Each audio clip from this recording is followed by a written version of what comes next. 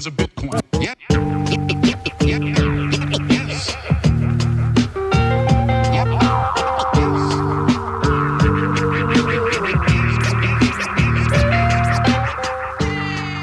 Bitcoiners, I just had a great conversation with JP Sears. JP is a comedian and amazing conscious and liberty focused content creator on YouTube, and he is getting into Bitcoin. I think I had a viral tweet that pretty much was like, hey, we're still early.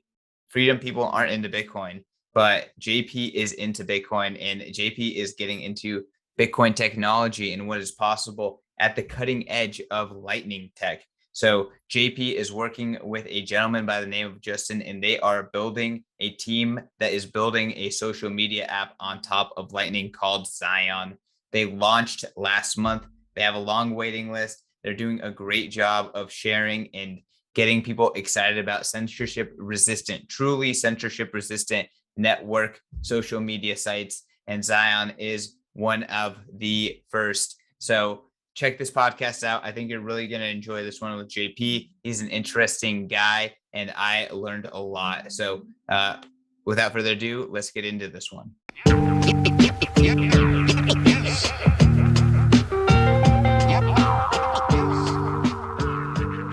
Bitcoiners, I am sitting across from JP Sears, the co-founder and creator of Get Zion, a really awesome and cool interface on top of the Lightning Network that enables people to social network, do a lot of the things that they're used to doing on their phone, but in a decentralized and Bitcoin-based way. I'm really excited to get to know JP. JP is built quite the following away from Bitcoin. And, I'm excited to hear about how he learned about Bitcoin and what it's like, kind of entering and building in this sphere. So, JP, without further ado, welcome to the Bitcoin Magazine podcast, and excited to chat about your story. Christian, oh, thank you, brother. Yeah, thank you for that beautiful introduction, and appreciate you having me on. So, JP, tell us a little bit about yourself. I guess, where did you kind of start your career on the internet per se, and then weave us into how you got into Bitcoin? Yeah, brother, this has been a journey. I started my career on the internet. If you want to be specific, October 5th, 2014. That was the date there 7 years ago that I uploaded my first comedy video. No idea that it would become a thing. No idea that I was not only changing the trajectory of my career, but also my life in many beautiful ways. So at the time I thought, I'm just gonna upload one comedy video. It's stupid, like who's gonna watch it? But the interesting thing is it woke up something inside me, just like this creative satisfaction. So I've been off and running, one step at a time, kind of Forrest Gumping my way along without a plan of where I'm going, but doing my best to follow my heart, and it's worked out pretty well. Where now I have the privilege of having a beautiful online following, publish at least 2 comedy videos every week online, and then I'm touring the country doing stand-up comedy. And that absolutely does not sound like the typical like Bitcoiner trajectory. And and out of all the respect to the intelligent Bitcoiners out there, I won't pretend I'm a Bitcoiner. I've come to know, like, whoa, y'all have a level of knowledge that is just a foreign language to me. But to answer the question about how I got into Bitcoin, of course, along the way, the past half dozen or so years, I had heard people talk about it. And, I went from the old man mentality of what's new and I don't understand it, therefore it's stupid. I went from that mentality to like this slow spectrum to where I'm at now. And, I remember, I think it was 2017, I actually made a video making fun of Bitcoin. And that was born completely out of my ignorance for what it is. At the time, I just saw, like, some friends of mine, acquaintances, they're like, bro, you got to, invest in Bitcoin. You're going to get rich. And these are people with no money telling me how to get rich. So I'm just like, wow, that's funny. But I'll tell you what really changed me about Bitcoin. Earlier this year, a friend of mine, Tony Robbins, he sent me a video interview he did with Michael. And when I heard Michael Saylor explain Bitcoin, my view of it completely changed. I'd say my eyes went from closed to as wide open as they can get for my intelligence level. Because at the time, I just thought Bitcoin, like, well, it's an alternative currency, it's decentralized, that's kind of cool, could be a great investment. So I went from thinking Bitcoin's only like a monetary asset to seeing like, oh no, Bitcoin technology is actually the digital infrastructure of freedom and sovereignty. So it's a little embarrassing to, to share with your audience and you that it is only since earlier this year that I had my eyes open to what Bitcoin is, and of course, buy a bunch of it, and now working on our company Zion, who literally runs on Bitcoin. So that's my little bit of clumsy trail to where I'm at now with Bitcoin. Awesome. So Tony Robbins is doing an interview with Michael Saylor, and that is how you got orange pilled. Um, I guess like let's talk about, maybe freedom and sovereignty and stuff like that. Like, why does that matter to you? Was that kind of part of your comedy brand before Bitcoin? I didn't know freedom mattered so much to me until what, a year and a half ago or so, when freedom started being taken away. Of course, for the rationalizations of pandemic response, and all beliefs aside, politics aside, whether one believes like, well, it's good they were being taken away, or you say it's bad. Bottom line is we've had freedoms taken away.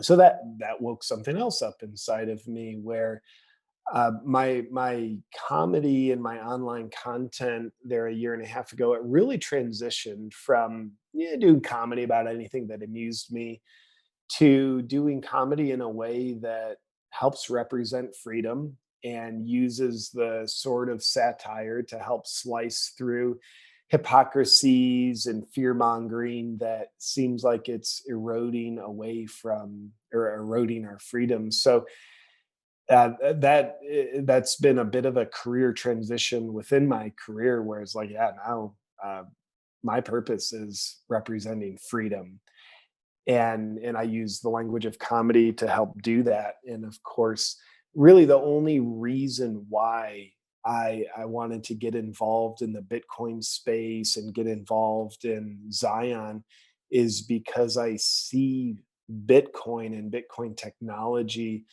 to to be, I would call it not just empowering for freedom, but I think it's essential for freedom now. And I know you guys, I mean, you guys have known this for so long, but I was kind of a little blue pilled for too long. But yeah, man, when that video of Michael Saylor and Tony Robbins, and then of course getting in touch with some, my co-founder with Zion, the brains behind the operation, learning so much from him, I just realized like, man, I don't need anything else on my plate, but I want to get involved here because freedom matters to me, and it matters to a lot of people. And for the people it matters to, I want to do everything I can to empower them to have that freedom. And I think Bitcoin technology is the digital infrastructure of freedom and sovereignty.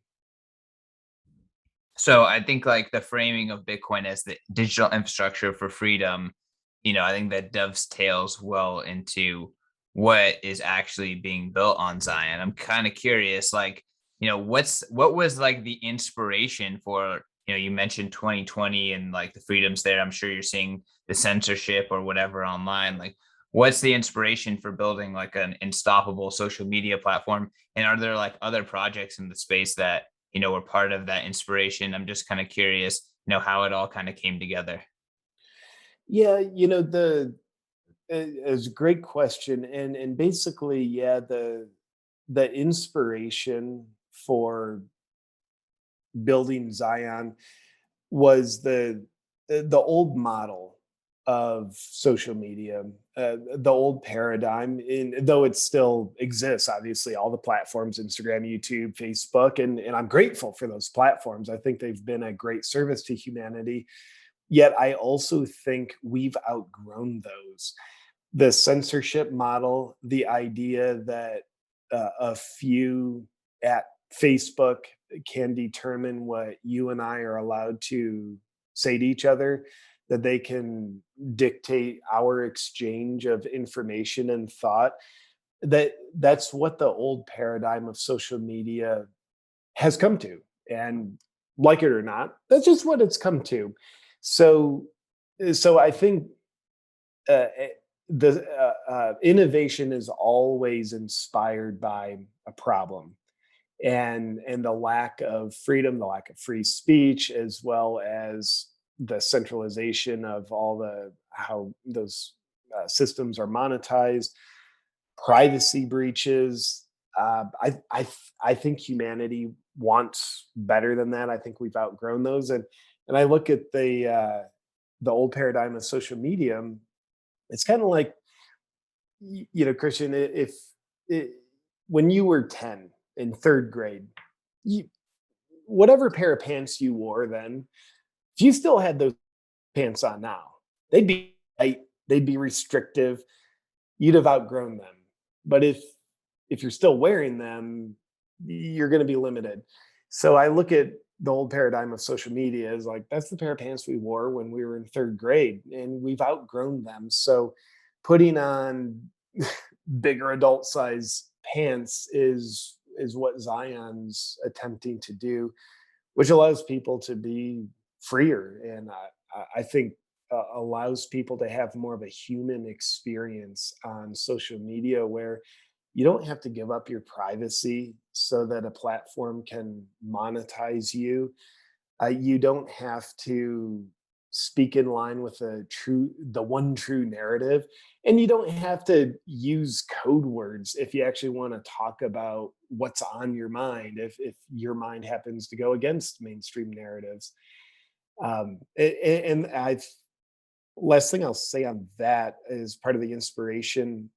I personally, I'm an online creator. It's how I've been able to earn my living for the past 7 or so years.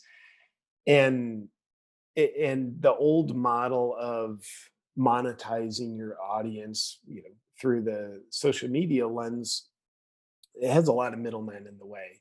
You know, YouTube takes 50% of the monetization that is earned from my videos, and it's like, great, like, I thank you for allowing me to monetize on your platform, but also it doesn't necessarily have to be that way. So when we take out the middleman, I mean, whether it's a central bank, social, big tech, social media, when we take out the middleman, what we get to do is have creators on Zion connected directly to their audience. So there's payment channels as well as information channels. So seeing what the old paradigm has come to, I think, is what's inspired the new vision for uh, what Zion is. I think there's a lot to unpack there. First and foremost, like, let's just talk about how it actually happens before we talk about like the vision and some of the features and stuff like that. Like, I know you're not the technologist here. Maybe you got to pull Jay in, but like, how's Lightning used? Is like everything built on Lightning? Like, is it like, use Lightning for payments and then other stuff happens on servers? I guess, can you give me like the high level and like how censorship resistant is this thing? How much control do you have over your social graph? Like all this kind of like, factors. Where does Zion come in? Just help me understand how it all works, in the context of Lightning. I know that's a lot.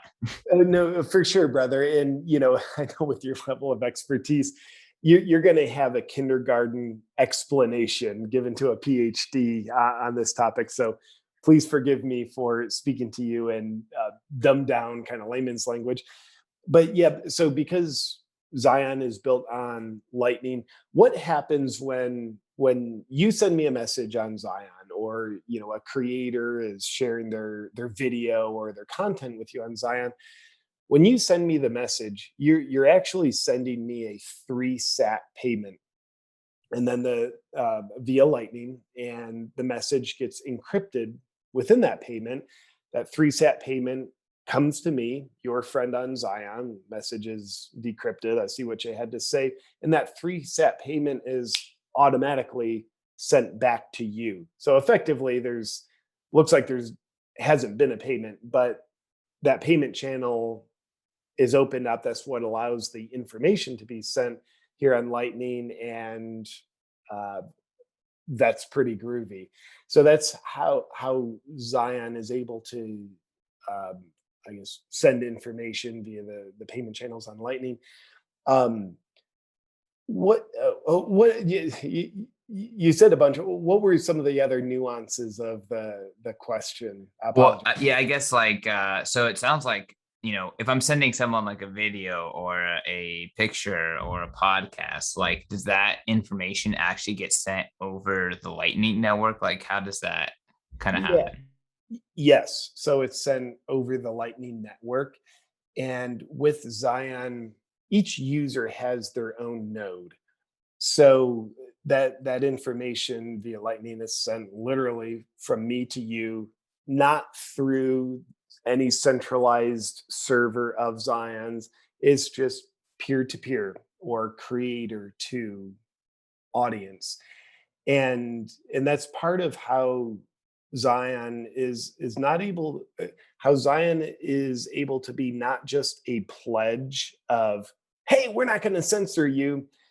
Zion actually can't censor you.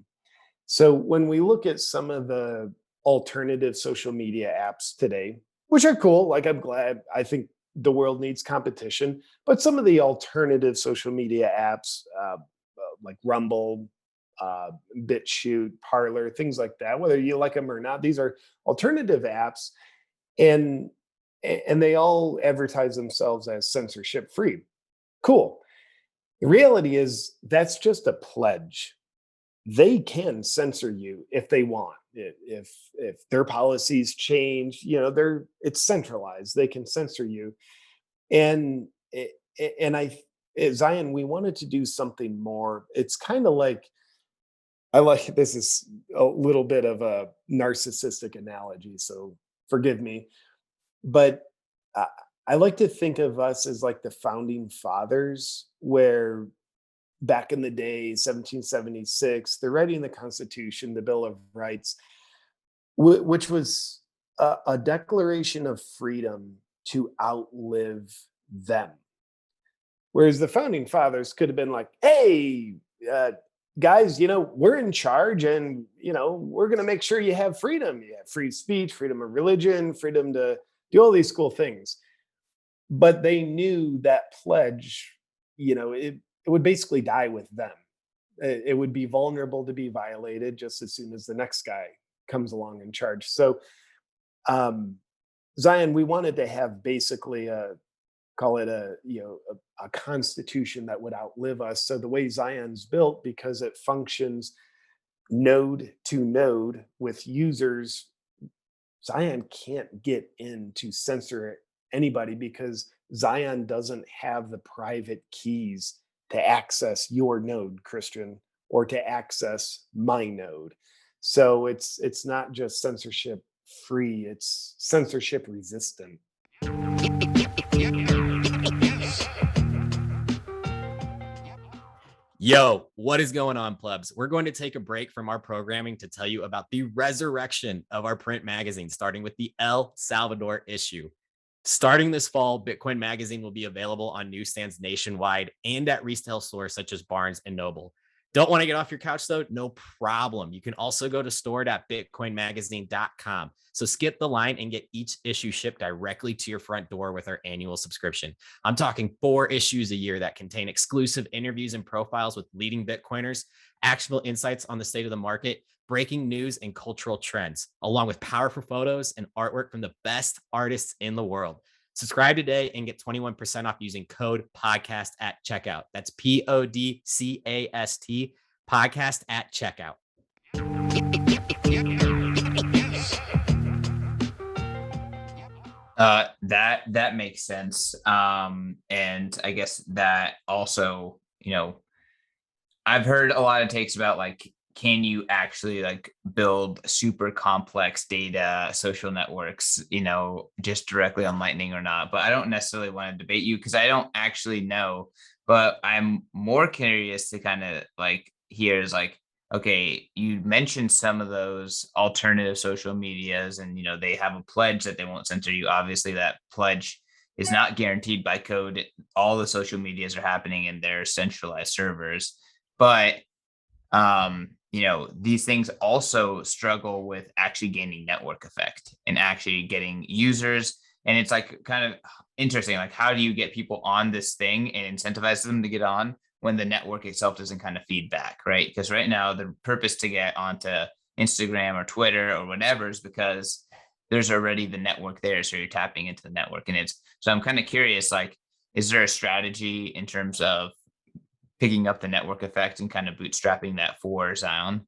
Yeah, 100%. I mean, it's kind of like, I'm the last person that wants to get on any new social media app. It's like, I remember when TikTok came along, it's like, God, no, I don't want to get on that. Like, I don't need any other social media apps, something else to like repost my stuff on. So I'm the last person that wants to jump on a new app unless that app solves a massive problem that I'm encountering. And that's why I got passionate about Zion. So, but to answer the question, to get the network effect, that's not an easy challenge to take on to like get people onto Zion. And there's of course a couple extra steps because it's decentralized that people would need to take that they're not used to taking with any other social media experience. So of course there's that uphill battle. So that's one of the reasons why Justin Rezvani, my dear friend, and he's the main founder of Zion. This is his vision. That's why he brought me on. I'm lucky enough to through grace and hard work have I think we're over 5 million online followers for myself. My videos have been viewed over 500 million times. So because I've got reach, I've got the potential to bring people over onto Zion. And we know, like, yeah, it's not easy. And as more and more nodes are provisioned, there becomes more and more capacity on Zion. We know, like, one of the keys is we've got to bring other creators on to incentivize their audiences to jump onto Zion. And luckily enough, I mean, this is like a curse and a blessing. The curse is there's enough creators out there that have either been challenged with censorship or they fear censorship. Some have been deplatformed.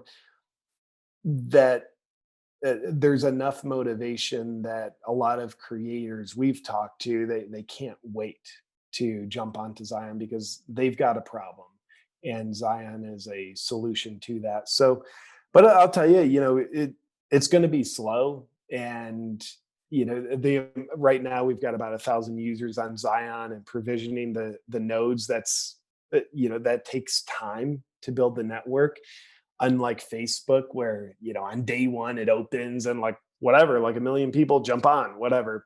No, it's a bit of a slow build. Certainly, it's kind of like however nature grows things, it does it slowly, but we want to do it right.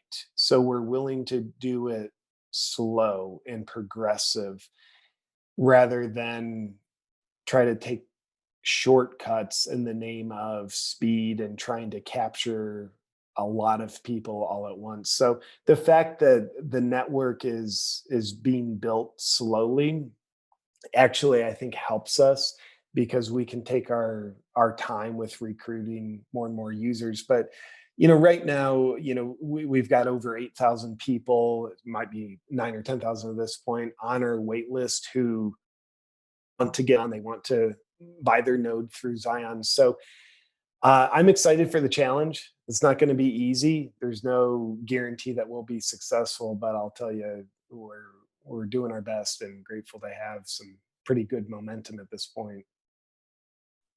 Awesome. I mean, again, starting off with a lot of interest like that at launch is definitely difficult, and I'm excited to see, how you're able to drive interest in the non-Bitcoin community towards Bitcoin. I want to ask you a little bit more about growth, but I do have one last kind of like tough question for you, which is, you mentioned founding fathers doing, putting something in stone that people can rely on, go beyond Zion. Like, I guess my question is like, this is built on Bitcoin. This is supposed to have a lot of assurances for the user. Like, where does the Zion company fit in, right? Like, where does the Zion company benefit from this arrangement? How does the Zion company kind of have staying power? Like, is this something that you can just fork the Zion company away from, and then like have this like autonomous social network? I'm just like, give me some of those details and thoughts. So Zion, everything in Zion is open source. So someone could absolutely come and lift what we're doing, do their own versions. So um, I think we have to inherently be okay with that because it's open source, and what we're doing is the mission is more important than uh, the profitable business, though we want to be profitable. Certainly, that's a part of it, but the mission is greater. So, um, yeah, and how Zion comes in to make money, how we're not doing it is through data breaches, privacy, the old thing for everybody who's watched The Social Dilemma, which is probably about everybody at this point. If a product is free, then you're the product. So we don't want to exploit audiences. We want to be honest, upfront, and transparent. So to be on the system, the vast majority of people are renting their nodes from Zion, which is a $9 a month fee. We've got a little bit of a margin on that, which is one of our revenue streams. The other revenue stream at this point is any Bitcoin wallet transfer from one Zion wallet to outside the system. We have a small fee we take on that, and it's I don't remember the fee off the top of my head, but it's significantly lower than comparable services for the market. So that's Zion's monetization model at this point. Gotcha. So it's effectively renting out like cloud nodes and then withdrawing Bitcoin from the system. But like, it is like a closed ecosystem, although it's a self-sovereign, censorship resistant ecosystem. It's still like a closed Zion ecosystem. It's not interoperable with other Lightning social medias. Like, I guess, yeah, correct me. Tell me where I'm wrong there. No, so I'm getting excited a little bit. And I'm probably not allowed to share this, but I'm going to share it.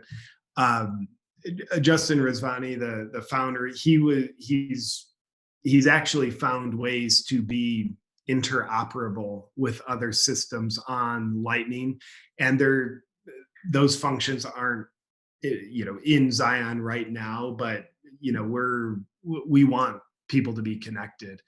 We want Zion to be interoperable with other systems on Lightning. So we're excited about that. When Justin, I forgot the other system he transferred a payment to from his Zion wallet to the other system. Forgive me for forgetting the name of it, but I mean, the way he was celebrating that, you'd think he just had his first child born. And here I am, not a techie. I'm like, Justin, what are you so excited about? And he told me, and I'm like, why are you so excited about that? He's like, bro, do you get it? And then gave me the whole download. So yeah, to your question, we've cracked that open, and I think there's a lot of potential there because, connection is, that's important, and we don't want any kind of monopolization over connection. I think that's part of the old paradigm. So when people are able to connect to who they want when they want, that's a facilitator of freedom. by no means do we want to try to monopolize or control that connection. Okay, very interesting. Again, I'm interested to just see and follow Zion and other apps as they kind of like pioneer this space. It's really exciting. In terms of you using your existing kind of comedy platform and educating about Bitcoin, I'm kind of curious, like, what's your strategy there? Have you already been kind of communicating Bitcoin censorship resistance, the Zion app to them? I'm kind of curious what that relationship is like and what your thought process is around actually talking about it. Yeah, talking about it is important to me.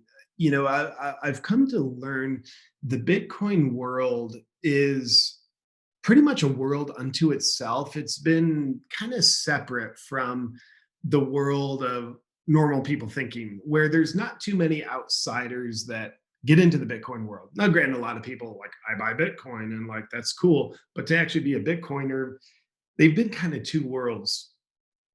Excuse me.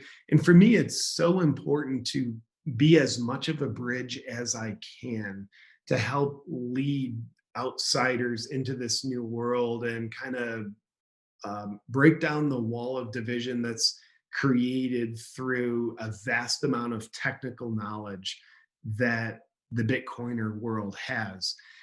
And that's one of the reasons why Justin Rizvani, the founder of Zion, approached me, because uh, what I do in my comedy is what I'm tasked to do with Zion, which is to break down concepts and share them in a very easy to understand, digestible way. And I'll give you a quick story. Here in Austin, I think it was about a month ago at this point, there's a big Bitcoin meetup. A few hundred people from all over the country, as well as a lot of locals here in Austin, get together. They're it's an evening where people are sharing experiences in Bitcoin codes, what's new, updates, problems, in this amazing discussion with um, several hundred people. I didn't understand a single word that was spoken the whole night, but I loved it. Here's why. That helped me understand how the Bitcoiner world is. Like when y'all are talking about code, like, wow, I might as well be listening to Chinese. I don't understand any of that. I so value what that does. I don't understand the nuances. And that can be a barrier of entry to the outside world. But the problem is the outside world needs what Bitcoin technology can do. So that's one of the reasons why I wanted to get involved in Zion, to help bring outsiders into the world. And it's like, yeah, you don't need to understand like all the fancy coding in order to benefit from what Bitcoin technology can do for you. So for me, it's kind of like if you've got a health supplement, you want to be as educated as you can on the supplement. But most people just, they're kind of like, all right, what's this supplement do for me? What will it do? How's it benefit me? Are there any side effects? But they don't understand the cellular physiology of like, oh, well, it goes in and influences your Krebs cycle, which increases your ATP. Therefore, you'll have better energy production. Your detox pathways will run better. They don't really understand that. And most people honestly don't need to understand that, even though it can be beneficial if they do. So I think it's kind of like that with bringing outsiders in to benefit from Bitcoin technology. And if you've seen it, the Zion interface, it's very user friendly for the outside world. You'd have no idea the vast world of mind-blowing coding that's holding up this kind of easy to use experience via social media and communicating with people. So anyway, if that remotely answers the question, that's part of what I'm trying to do. And it's been fun. Lately, I've had to slow down how much content I'm doing about Bitcoin. simply because we've kind of attracted too many people to Zion too fast, with the wait list of at least 8,000 people, which is a great problem to have. But in order to kind of slow down the pacing, and we want to bring people into Zion and have them be able to use it pretty quick, not be on a wait list forever.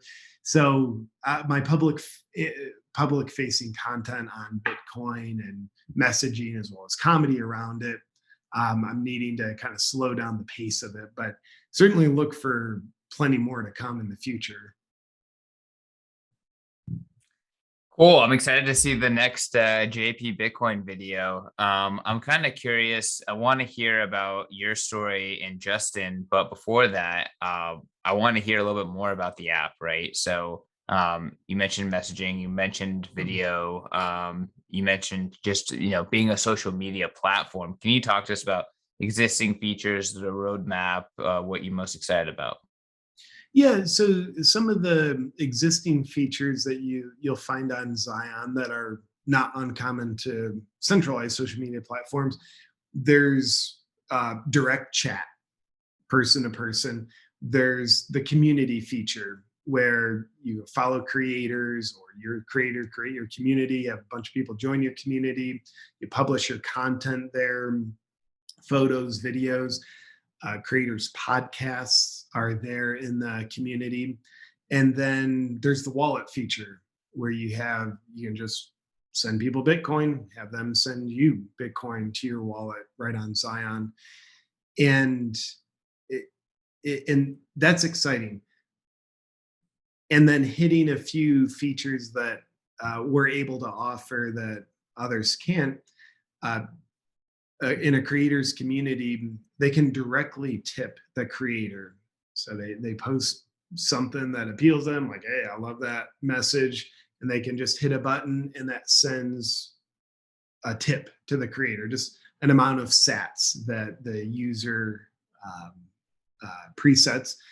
And then the other cool thing is, if you see someone else in the community, not the creator, but someone else has a comment that you feel is valuable, you can directly tip them.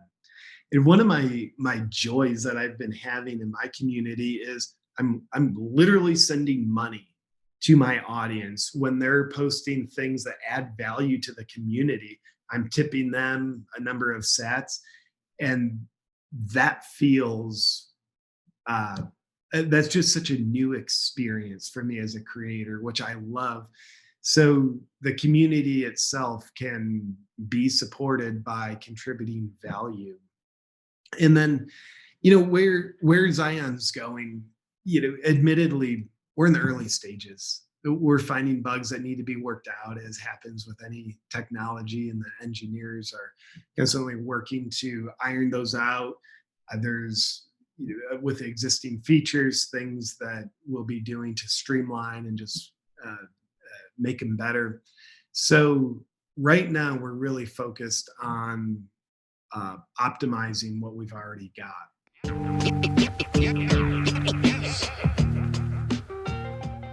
Yo, my fellow Bitcoin lovers, have I got something specifically curated for you. The Deep Dive is Bitcoin Magazine's premium markets intelligence newsletter. This isn't some pay group selling buy and sell signals. No, this is a premium Bitcoin analysis led by Dylan LeClaire and his team of analysts. They break down in an easily digestible way what is happening on chain, in the derivatives markets, and in the greater macro backdrop context for Bitcoin. This newsletter turns volatility into a joke. So hit up members.bitcoinmagazine.com and use promo code podcast for 30% off the deep dive. That's members.bitcoinmagazine.com, promo code podcast for 30% off. Divorce your paid group and learn why Bitcoin is the ultimate asset by Dylan and his team. My fellow plebs, the Bitcoin conference is back. Bitcoin 2022, April 6th through the 9th, is the ultimate pilgrimage for the Bitcoin ecosystem. The Bitcoin conference is the biggest event in all of Bitcoin and cryptocurrencies. We're leveling up and making this bigger and better than ever. I'm talking straight to the moon with the 4-day-long festival in the heart of Miami at the Miami Beach Convention Center. This has something for everyone. Whether you're a high-powered Bitcoin entrepreneur, a core developer, or a Bitcoin newbie, Bitcoin 2022 is the ultimate place for you to be with your people and celebrate and learn about the Bitcoin culture. So make sure to go to b.tc/conference to lock in your official tickets and use promo code Satoshi for 10% off. Want more off? Pay in Bitcoin and you'll receive $100 off general admission and $1,000 off Whale Pass. Those are stackable. So go to b.tc/conference and attend the best conference in Bitcoin history.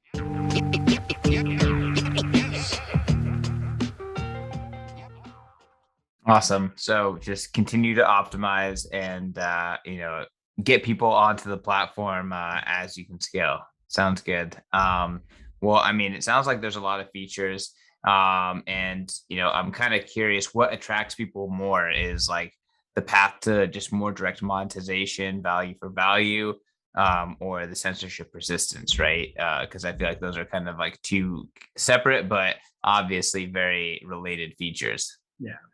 As of now, having launched less than a month ago, what's attracting people the most is the censorship resistant technology that Zion's built on. And a lot of our existing users, they've come from my audience. So it's a biased cross section. Like if they're in my audience already, they're freedom oriented. They're like, let people just think for themselves. We don't like censorship. So that's as of now. And as Zion grows, I'll be curious about that question and how that answer changes and what the balance is of people being motivated to get on Zion because of the censorship resistance versus like, hey, this is a new pathway of monetization that takes the centralized authorities, banks, big tech companies out of the equation. So I'll be looking forward to seeing how that answer evolves. So I want to hear about your relationship with Justin. I actually met Justin at Bitcoin 2021. He came up to me while I was slinging t-shirts at the merch booth, and he was like, "Yo, check out my app." And he like shoved it in my face. I was like, "Okay, this is a cool, man, but you want a t-shirt?" Sounds like Justin. So yeah, I guess we subsequently got to hang out and meet a little bit. He's a cool guy. But I want to hear about how your relationship started. And maybe how Bitcoin kind of fits into that. Yeah, man. So my first conversation with Justin was very early on this year. Just through various friends, mutual acquaintances here in Austin that I have a lot of respect for, very successful people, very mission-oriented people. They kept telling me, JP, this guy Justin Rizvani, he's doing something. You would love it. You got to learn more about it. And I'm kind of like, bro, my schedule's full. I'm touring constantly. I don't have time. But people kept literally bugging me about it. So finally, I was directly connected with Justin just via text, and we set up a time to meet. Then I don't know if did you hear about the huge, freakish winter storm we had here in Texas? Oh yeah. So I was supposed to go to his house on the day that storm hit. I'm just calling him like, bro, I literally can't get out of my driveway. It was a deadly situation. So we just had a meeting over Zoom, and he gave me the down on he's doing. I understood maybe 3% of what he was actually saying. Justin's smart. He speaks in a relatively technical language. But from that 3%, I understood like he's doing something special that is meaningful to me and my mission. But, that's that. Had a great conversation. I said, I love what you're doing. Keep me updated as you continue building it. But then a couple months later, he called me up and said, JP, I want to sit down and have a serious conversation with you. So scheduled the time, and he proposed the partnership that we're in. He said, your mission and the mission of Zion are the same. We're just accomplished things, from different angles. So he proposed a partnership, bringing me on as a founding partner in Zion. And I'll tell you, during that conversation, I told him, obviously I love the mission, but I've got to kind of think about this, not so much think about it, but I got to just feel into my gut, my heart. Give me a couple days. Like I don't like to make decisions based on what I think. I like to make decisions based on what I feel in my heart. But I left that conversation hoping my heart would say, like, no, not for you. So I don't need anything more to do. And but as I sat with it, I mean, right away I knew, like, yes, I'm called to contribute, in my small way. I'm called to contribute to the mission of freedom by doing what I can to help Zion grow. So I let Justin know a couple days later, like, "Hey, bro, it's clear to me. I want to do what I can. I want to be involved." So we did that, and it's been great. It's such a joyful relationship. I mean, Justin, for his level of success, he's young. I mean, he had built up the first company that connected influencers directly to brands. It's called The Amplify. He had a big exit in, I think, 2016. So he and I vibe so well as friends and business partners, and it's been great ever since. So he takes his work very seriously, as I do. Yet it's great to be able to have fun and be lighthearted along the way as we're doing what we can to save the world from censorship and bring freedom to the world in our small way. Again, I love the theme of censorship resistance, freedom, and I love that that's a big part of kind of your life and your content. I kind of want to, wrap this one up with just a final kind of question. It's just like, you mentioned 2020 and COVID has been something that like really sparked you to like really become aware of like freedom. But can you talk a little bit about like more deeply, like, you know, why you think that's something that's so important and like needs to be defended and I guess advocated for? Because like I personally think that like the status quo perception is like, oh, we need to squash the virus at all costs, right? And there's and maybe not everyone agrees with that, but that's definitely the politically correct kind of position. And it's scary because like there's a lot of long-term consequences, and I just think it's, freedom is something that is critical. And it seems to me like Bitcoiners are the only ones paying attention. Like maybe that's not true, but they're one of the biggest cohorts that are really like shouting at the top of their lungs about this. And it's interesting to see, someone like you kind of like get flipped because of COVID, and then making it a big part of your brand. Yeah. I think freedom is what makes life worth living, period. And I think freedom is so valuable that it's the one thing that all people will eventually become willing to die for if they're deprived of it long enough. I mean, you look at all the heroes throughout history, or even heroic archetypes in movies, and they're willing to put their life on the line in the name of freedom. That's how important I think it is. I mean, the idea of being born and believing the purpose of your life is to protect your life, that's a very fearful strategy, very restrictive. And of course, you don't want to be dumb and just put your life in jeopardy. Yet, what we realize is all people who are born will die. So life is inherently risky. So you can make the purpose of your life to save your life, and eventually you're going to fail. Nobody's lived forever yet. So the idea of let's give away many of our most cherished freedoms in order to feel like we're preserving our life from a virus that carries a 99.98% survival rate.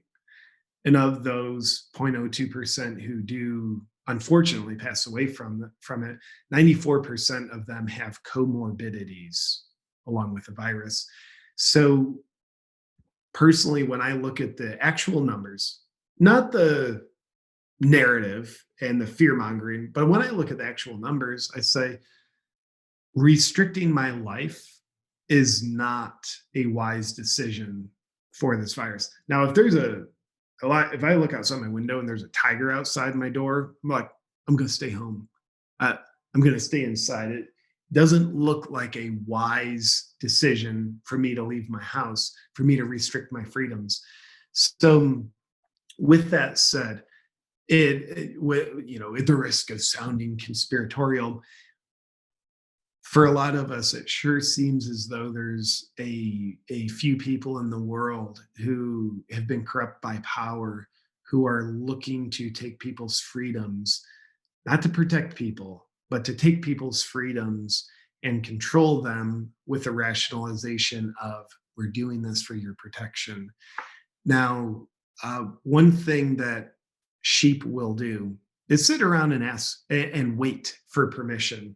But something that lions do is they give themselves permission to stand up for what's right and to crusade for what's right and to stand for freedom when they're called to do it. And one of the things I've been impressed by so many people I've met in the Bitcoin space is they're freaking lions. Though they might spend a lot of time behind a computer, they're a freaking lion. Their life is dedicated to freedom. And I think Bitcoin is, in a word, freedom.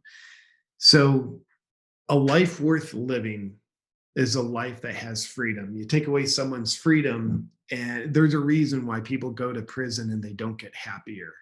It's because they have their freedoms taken away. Because we all know our happiness is dependent on freedom. And a life with freedom is a life well worth living. So that's how I see it. And I think Bitcoin and Bitcoin technology is a huge part of how we're able to uphold our freedoms and how we're able to pave the path for not just our lives, but generations ahead to have freedom in their lives. I think that's a great place to end it. JP, thank you so much for coming on. Appreciate what you do with your platform. Excited for what's to come with Zion. Excited for what's to come with Lightning. Things like Zion are the reason to be so bullish on Lightning, right? Because it's presenting this substrate that allows people to build directly onto Bitcoin's infrastructure, which has kind of been a difficult thing for a while. And it's awesome to just kind of see these products come to the market. JP, where can people learn more about you, find out more about Zion, get on that long waiting list? Show all the links. Hell yeah. Well, the best place, go to getzion.com and you jump on our list, you'll be notified. And we're growing the capacity by the day. So feel free to jump on our mailing list. You'll be notified at getzion.com. And if you're delusional enough to enjoy my comedy and want to see my online content, if you're not in my Zion community, you can hit my website, awakenwithjp.com. All right. Very tight. Bitcoiners, you know where to find me on Twitter at CK_snarks. And you can find Bitcoin Magazine at bitcoinmagazine.com and on all the social medias as Bitcoin Magazine or The Real Bitcoin Magazine.